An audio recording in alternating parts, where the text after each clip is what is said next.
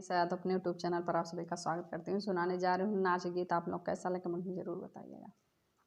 हमके भावना बलमुआ तोहार बोलिया, हमके भावना बलमुआ तोहार बोलिया।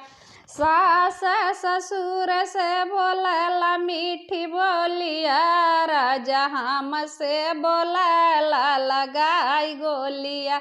राजा हम से बोलला लगाई गोलिया। हमके भावना बलमुआ तुहार बोलिया, हमके भावना बलमुआ तोहार बोलिया। अरे जेठ जेठानी से बोलेला मीठी बोलिया, राजा हम से बोला था लगाई गोलिया। राजा हम से बोलेला लगाई गोलिया।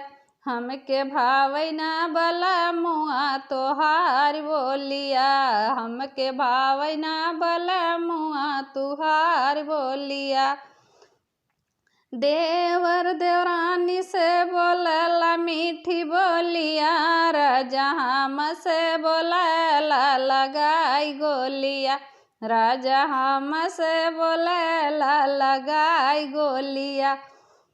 हमके भावना बलमुआ तुहार बोलिया, हमके भावना बलमुआ तुहार बोलिया।